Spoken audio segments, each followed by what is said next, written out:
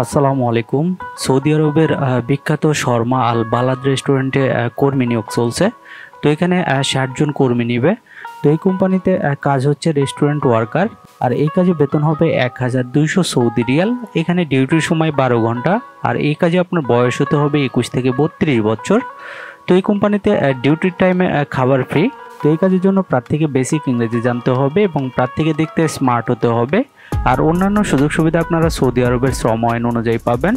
তো এই কোম্পানিতে ডেলিগেট কর্তৃক স্কাইপের মাধ্যমে ইন্টারভিউ নেওয়া হবে, আর ইন্টারভিউর তারিখ আপনাদের পরবর্তীতে জানিয়ে দেওয়া হবে। আপনারা স্ক্রিনে দেওয়া নাম্বারে যোগাযোগ করে নেবেন। তো শর্মা আল বালাদ রেস্টুরেন্ট কোম্পানির ভিসা ইস্যু হবে শরিক আল নাফসের নামে। তো যারা সৌদি আরবের রেস্টুরেন্ট কাজে যেতে আগ্রহী, আপনারা স্ক্রিনে দেওয়া নাম্বারে যোগাযোগ করবেন। আপনারা চাইলে সরাসরি অফিসে গিয়েও বিস্তারিত জেনে নিতে পারেন। তো এই ছিল আজকের সৌদি আরবের ওয়ার্ক পারমিট ভিসার আপডেট। নিয়মিত ভিসার আপডেট পেতে চ্যানেলটি সাবস্ক্রাইব করে রাখতে পারেন। আর এই ভিডিওটি আপনার কোনো উপকারে আসলে ভিডিওটিতে একটি লাইক দিবেন।